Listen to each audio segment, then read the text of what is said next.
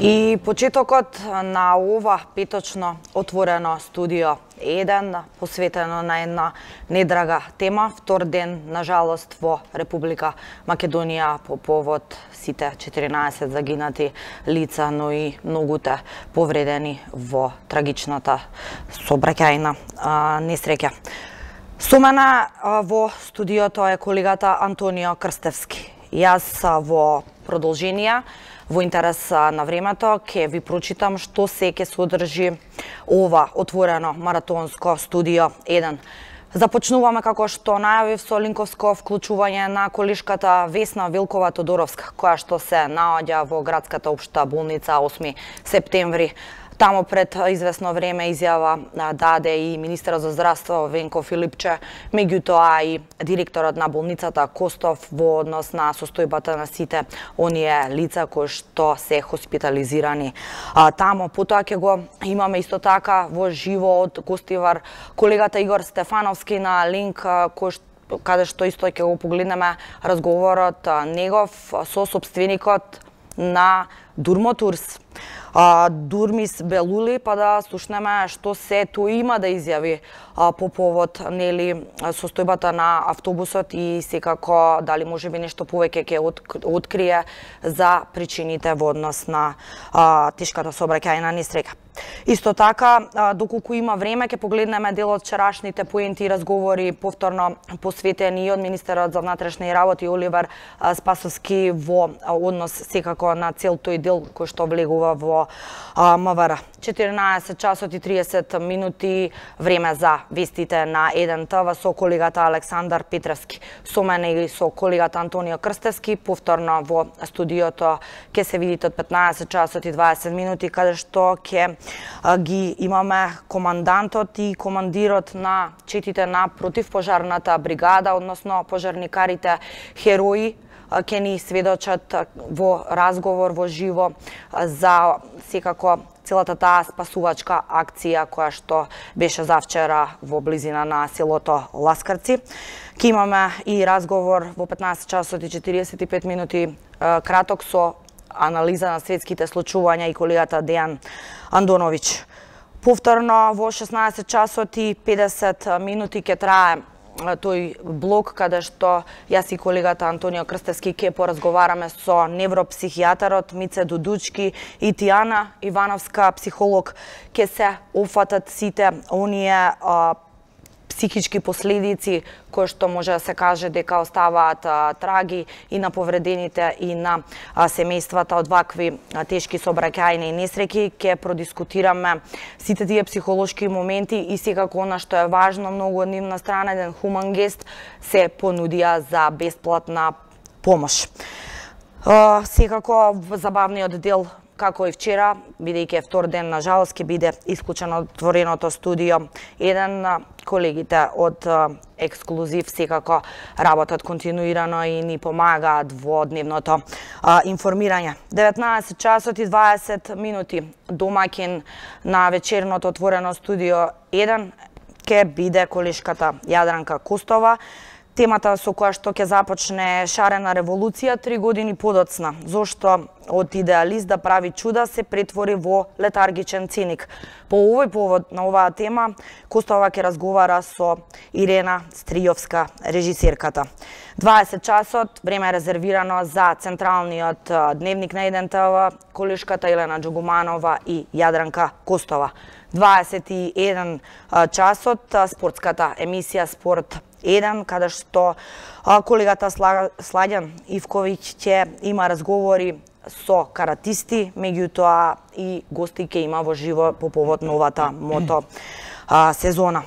22 часот, повторно колешката Јадранка Костова со тема и разговор со Горан Митевски, екс-директорот на УБК и јавната безбедност.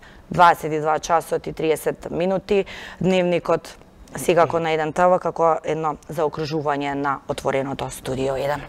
Така, Јана, во интерес на времето, јас веднаш би ја повикал режијата да се поврземе со колешката Весна Велкова Тодоровска, која што се наоѓа пред градската општа болница 8 септември, каде што беа хоспитализирани повредените во стравичната сообраќајна несреќа.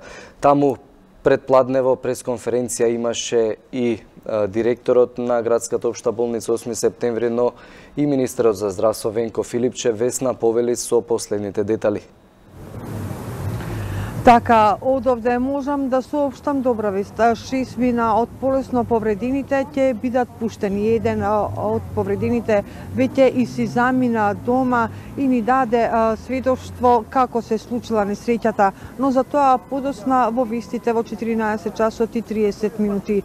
Во меѓувреме, од овде министерот за здравство Венко Филипче и директорот на општата градска болница 8 септември Кристијан Костов ги соопштија последните информации околу пациентите, околу состојбата, нивната здравствена состојба. Значи, тие рекоа дека вкупно овде во градската општа болница ќе останат уште 22 пациенти, од кои 6 мина се на оделот за интензивна нега, но 2 од нив 15 годишно момче и 40 годишен маж се во потешка состојба, здравствена состојба. Инаку, според министерот за здравство Филипче, на клиниката Мајка Тереза се сместени 8 пациенти повредени во сообраќајната несреќа, од кои 4 се на клиниката Карил. Најтешка е состојбата на една девојка за која се подготвува конзилиумско мислење што понатаму околу незината операција. Но да ги слушнеме овде министерот за здравство и директорот на градската општа болница. Денеска во градската општа болница 8 септември од повредените пациенти во сообраќајка се лекуваат 28. 6 ќе бидат пуштени на домашно лекување. Од вкупниот број на пациенти, 6 пациенти се наоѓаат во оделот за интензивно лекување, кај 2 од нив во текот на вчерашниот ден е направена хируршка интервенција. Сите се со стабилни витални параметри, 2 од нив се на респираторна машина, состојбата е критична. Во клиничкиот центар во Скопје вкупно се лекуваат 8 пациенти, 4 на клиниката за анестезија, реанимација и интензивно лекување, 1 пациент на клиниката за травматологија, 1 на неврохирургија, 1 пациент на трудницата на клиниката за гинекологија и таа е во добра општа состојба и 1 пациент на клиниката за торакална хирургија. 4 пациенти кои што се сместени во Карел се во навистина тешка состојба во клиничкиот центар.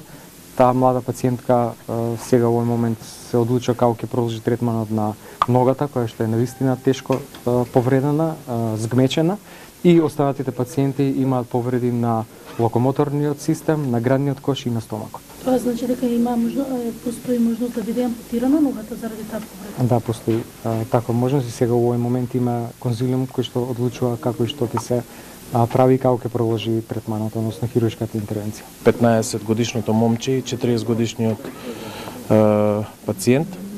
Синоќа заради влошување на состојбата и губење на крв, анемизирање, беше индициран оперативен третман. Во моментот тие се на сопствено дишење, значи се екстубирани, се во сосема добра состојба, стабилни, се наоѓаат во оделот за реанимација и нивната состојба се следи секој момент. Да, инаку овде во градската општа болница и понатаму роднини, пријатели, браќа, сестри чекаат информации од лекарите за своите најмили кои се сместени, кои остануваат овде да бидат сместени во болничките кревети. За сега толку од овде од предградската општа болница. Студио. Весна, ти благодариме за ова вклучување во живо. Се надеваме дека во текот на следните неколку часа ќе има уште повеќе позитивни информации како овие, дека што поголем број, што побрзо од повредените ќе бидат пуштени здрави живи на домашно лекување. Јана, ние имаме и друг линк во гостиор. Така е, како што најавивме, треба да го имаме колегата Игор Стефановски, кој што и вчера, а и денеска известува во живо ревносно од Гостивар. Игор, веќе те гледаме. Добар ден, кои се последните информации од тамо, каква е атмосферата и секако најавивме дека успеа да го најдеш за разговор собственикот на Durmoturs. Така, допред 15 на минути разговарав со собственикот на Durmoturs, а воедно собственик и на техничкиот преглед, каде што се проверуваат автобусите на истата туристичка агенција Durmoturs. Белили во камера на 1TV објасни дека тврдеше дека технички проблеми со автобусот според нивните проценки дефинитивно немало. Последен технички преглед се направило во неговата техничка станица, каде било утврдено дека се е во ред со автобусот. Тврдеше дека, меѓу другото, дека нема пукната гума, дека ништо не било спорно со автобусот, говорејќи дека немало ниту траги на кочење и доцна реакција на возачот на автобусот.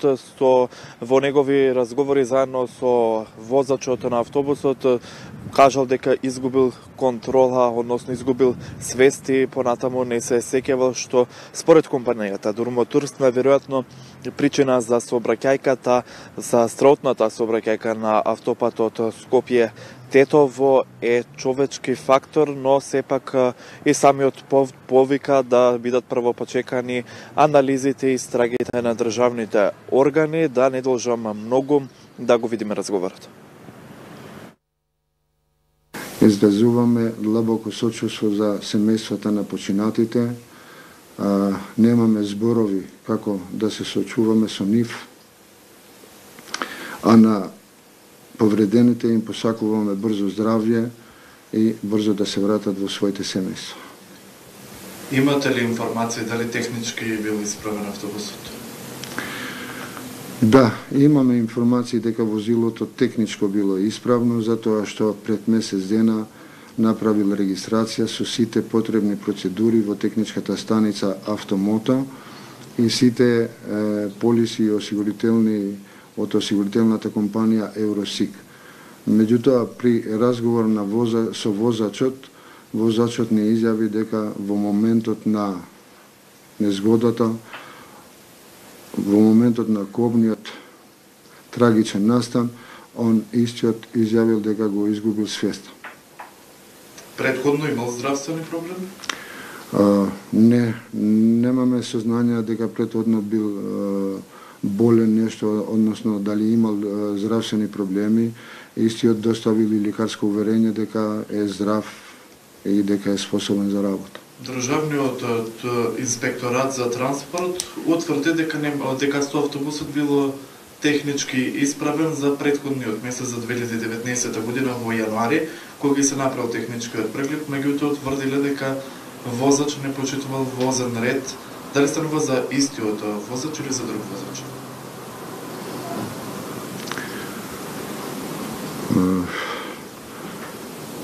Државниот инспекторат дека не го почитувал возниот ред, ова прв пат го слушаме, немаме сознание такви нешто. Возачот го почитувал возниот ред, бидејќи согласно дозволата и одобрениот возен ред, поаѓањето од Скопје е во 16:15 и он истиот тргнал од автобуска станица Скопје према Гостивар во 16:15. Добро, веројатно станува збор за друг возач, бидејќи ова е за од пред еден месец. Сакам да ве прашам, бидејќи технички, каде го прегледувавте автобусот? Автобусот е прегледан и регистриран, односно прегледан технички преглед во Автомото здружение. Тоа е во ваша собственост, тука нема контрадикторност? Нема, бидејќи Durmoturs е друга компанија, Автомото здружение е друга компанија. Дали сте имале пракса на друго место да ги сервисирате или прегледувате автобусите чисто за втора страна или праксата е само тука? Пред година дена да, во другите, а ова година не, само во Автомото здружение ги имаме контролирано, односно прегледано возилата за технички преглед. До сега се е во ред? Да, до сега све било во ред. Колку релации во текот на денот возел тој автобус, а колку возачот? Тој автобус веројатно возел 3 релации Гостивар Скопје и обратно, а возачот возел две вожни. Возел Гостивар Скопје, Скопје Гостивар, па потоа Гостивар Скопје и Скопје Гостивар кога се случил немилиот настан. Дали има пукната гума во јавноста? Се зборува дека причината за несреќата е од пукната гума, па се до заболување некаков вид на возачот. Има ли некои моменти на кои што наидува дека предноку рековте се е во ред со автобусот од претходно, но дали нешто наидувало дека може да има и некоја техничка причина од страна на автобусот? Да, слушнавме ние дека од некои медиуми или социјални мрежи дека причината за немилиот настан е пукнатата гума.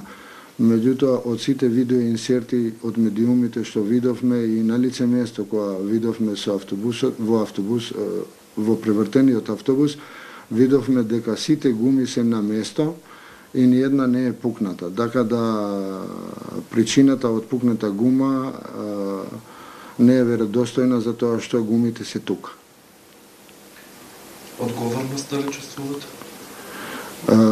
Одговорноста чувствуваме душевно и морално на семејствата на загинатите и на сите други повредени. Друга одговорност не чувствуваме затоа што тоа може да му се случи на секого. Тие биле наши патници, наши членови на семејствата, така да ние со нив сите сме се знаеле, тие се возат со нас, се возеле со нас години и години, така да жалиме многу. Тагуваме, тагува Македонија, тагува Гостивар, тагува Дурмотурс и сите семејства на загинатите и повредените. Втор ден жалост во Гостивар. Гостиварци тагуваат по своите сограѓани. Три дена прогласи општината вчера ден на жалост. Се уште како што можете да забележите, знамињата се на половина копие. Тоа ќе биде слика и во текот на утрешниот ден тука во Гостивар. Граѓаните понатаму остануваат во шок. Во камерата на еден ТВ велат дека сепак наоѓаат начини како да ги поминат овие тешки денови за нив. Дел од нив пак вината сами коментираат дека е во самата туристичка агенција која што дозволила да има стари автобуси, други пак не сака да коментираат. Секако ова прашање не го покренавме кон гостиварци, тие сами го покоментира. Нашата екипа ќе се јави во вестите во 14:30, секако остануваме тука да проследиме атмосферата. Стефановски, ти благодариме за овој исцрпен извештај, секако и разговорот односно соговорникот кој што успеа да го обезбедиш собственикот на Дурмотурс. Еве, остануваат повторно отворени многу прашања, најави и ти втор ден веќе известуваш и ние пренесуваш атмосферата од Гостивар. Ти благодарим уште еднаш за тоа. Така, Антонио, еве и по разговорот можеше да се слушне и од собственикот, може би причината човечки фактор, се уште шпекулираме. Сепак на крајот Министерството за внатрешни работи ќе го има последниот збор. На крајот на овој блок јас би сакал да се навратиме на реакциите од страна на меѓународната заедница, кои што во текот на вчерашниот, но и денешниот ден беа испратени до македонската јавност. Како што кажавме, овој прилог го подготви колегата Христијан Баневски, предлагам да го видиме. Пораки со сочувство и поддршка на семејствата на трагично загинатите лица во земјава пристигнаа од високи представници на меѓународните институции, како и на земјите од регионот. Во интервју за еден ТВ, жалење за загубата изрази генералниот секретар на НАТО Јенс Столтенберг. I would like to express my condolences to all those who lost their loved ones in the bus accident in North Macedonia. This was a terrible accident, and my thoughts are going to those who are injured, their families, and all those who have lost their loved ones in this terrible accident. Пораки со поддршка и сочувство пристигна и од Европската Унија. Еврокомесарот за проширување и соседска политика на социјалните мрежи изрази жалење за загубените животи. Длабоко жалам трагичната сообраќајна несреќа што се случи синоќа на автобусот Скопје-Тетово во Северна Македонија. Нашите мисли се со семејствата и пријателите на загинатите и на повредените. Твит на Хан, косовската влада пак седницата ја почна со едноминутен молк. Веста во јавност ја сподели премиерот Рамуш Харадинај, а државниот врв посака закрепнување на повредените и изрази сочувство за најблиските на настраданите лица. Најдлабоко сочувство за семејствата на жртвите во сообраќајната несреќа на автопатот Скопје-Тетово, а на повредените им посакувам што поскоро оздравување. Им изразувам сочувство и на водачите на институциите и на сите граѓани на Република Северна Македонија, напиша председателот Хашим Тачи. Слични пораки пристигнаа и од соседна Албанија, Бугарија, но и од Босна и Херцеговина. Министерството за надворешни работи на Турција пак испрати телеграма со сочувство. Грција беше меѓу првите земји од регионот која изрази жалење за загубите, а алтернативниот грчки министер за надворешни работи Јоргос Катругалос лично му понудил помош на неговиот македонски колега Никола Димитров. Длабоко жалиме за трагичната сообраќајна несреќа на автопатот Скопје-Тетово. Нашите мисли се со семејствата на жртвите и нивните најблиски. Изразуваме искрено сочувство и солидарност со граѓаните и владата на Северна Македонија. Пишува на Твитер грчкото МНР. Трагедијата ги крена на нозе и медиумите од регионот, особено во Грција, каде континуирано се известуваше за билансот на жртви како и за деталите од несреќата. Трагедија во Северна Македонија е насловот што преовладува во текстовите објавени во медиумите. Да, и со овој прилог на колегата Баневски го заокружуваме овој прв дел од отвореното студио. Колегата Александар Петревски е веќе подготвен за најновите информации и вестите на 1. Со мене и со Антонија Крстевски се гледате во 15 часот и 20 минути.